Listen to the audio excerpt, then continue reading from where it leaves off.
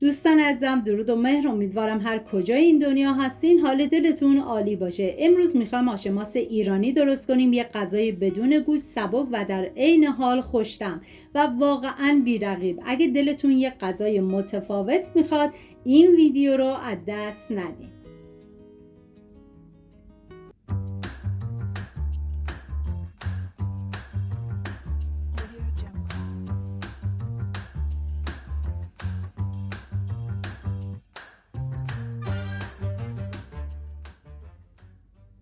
این آش 2 مرحله پیاز داره. پیاز مرحله اول 2 عدد هستش، به صورت خلالی خورد میکنم.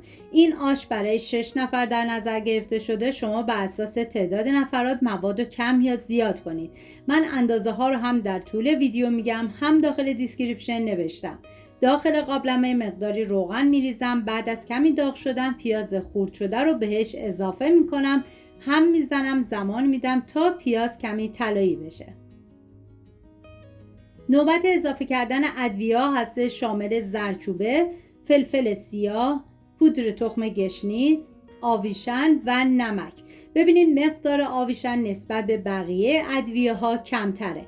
هم میزنم و میذارم ادویه ها تف بخورن، عطر ادویه ها آزاد بشه. نیاز به یک قاشق غذاخوری سرپر پونه کوهی داریم، همراه با یک قاشق غذاخوری نعنا خشک. به پیاز اضافه میکنم، هم میزنم، فقط در حدی که با پیاز مخلوط بشه و باید حتما حرارت کم باشه. نیاز به 200 گرم نخود داریم که از شب قبل خیس کردم و همچنین 160 گرم عدس که من از عدس ریز استفاده کردم، نیاز به خیس کردن نداره. نکته مهم برای عدس، اگر مثل من خواستین از عدس ریز استفاده کنید، توی همین مرحله که نخود رو میریزید عدس رو بریزید و بذارید با هم بپزه، چون عدس ریز به هیچ عنوان له نمیشه و به نظر من فوق العاده خوشمزه تر از عدس درشته. ولی اگر خواستین از عدس درشت استفاده کنید، بذارید به صورت جداگونه بپزه و زمانی که نخود پخته شد همراه با برنج عدس پخته شده رو بهش اضافه کنید. زمانی که حبوبات پخته شدن نوبت اضافه کردن برنجه. 150 گرم برنج نیم دونه رو میریزم و هم میزنم، زمان میدم تا برنج بپزه و لابدار بشه. حتما در طی زمان پخت چندین مرتبه هم بزنید، چون احتمالی که برنج ته بگیره زیاده و اگر دیدین که آش سفت شد مقداری آب جوش بهش اضافه کنید.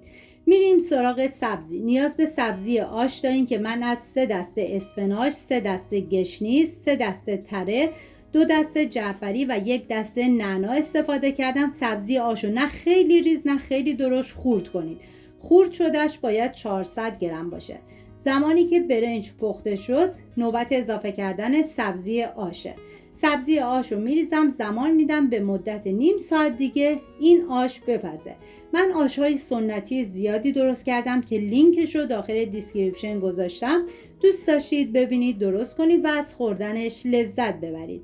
واقعا تنوع آش تو ایران خیلی زیاده و یکی از یکی خوشمزه تر، ولی این آش ماست ایرانی یه چیز دیگه است.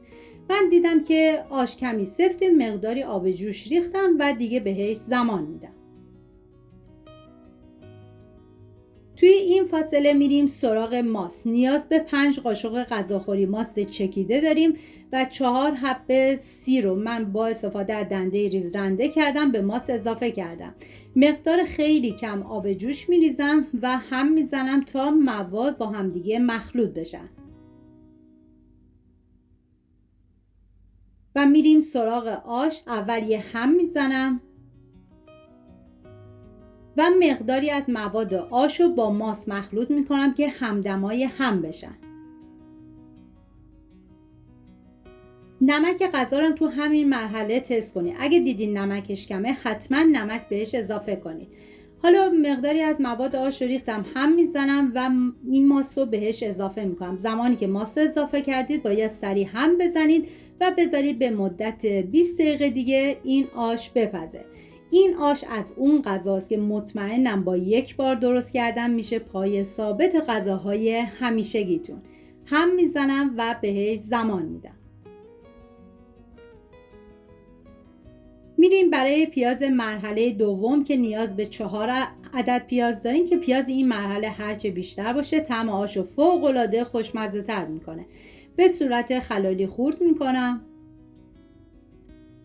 داخل تابه مقداری روغن میریزم.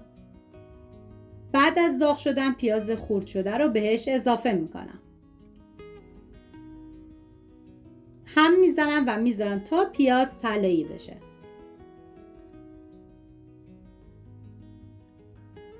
ادویه‌ای که برای این مرحله استفاده کردم شامل نمک، زردچوبه و فلفل سیاه هستش. هم میزنم میذارم ادویه ها تف بخورن، عطر ادویه ها آزاد بشه. یک قاشق غذاخوری نعنا خشکم میریزم. هم میزنم فقط با پیاز مخلوط بشه و دیگه حرارت رو خاموش میکنم. واقعا من هرچه از عطر و طعم و خوشمزگی این آش بگم کمه. میریم سراغ آش. 5 دقیقه آخر این روغن پیاز رو بهش اضافه میکنم و 5 دقیقه دیگه زمان میدم تا مزه ها کاملا به خورد هم برم و این آش خوشمزمون آماده است.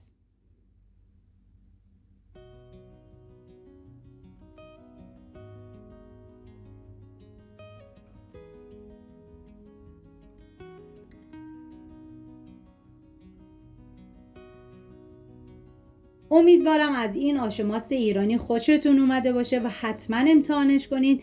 اگر این ویدیو براتون مفید بود خوشحال میشم ویدیو رو لایک و کانال رو سابسکرایب کنید تا ویدیوی بعدی رو از دست ندین. لحظات خوبی رو در کنار عزیزانتون سپری کنید. سپاس از همراهی همیشگیتون. تا درودی دیگر، بدرود.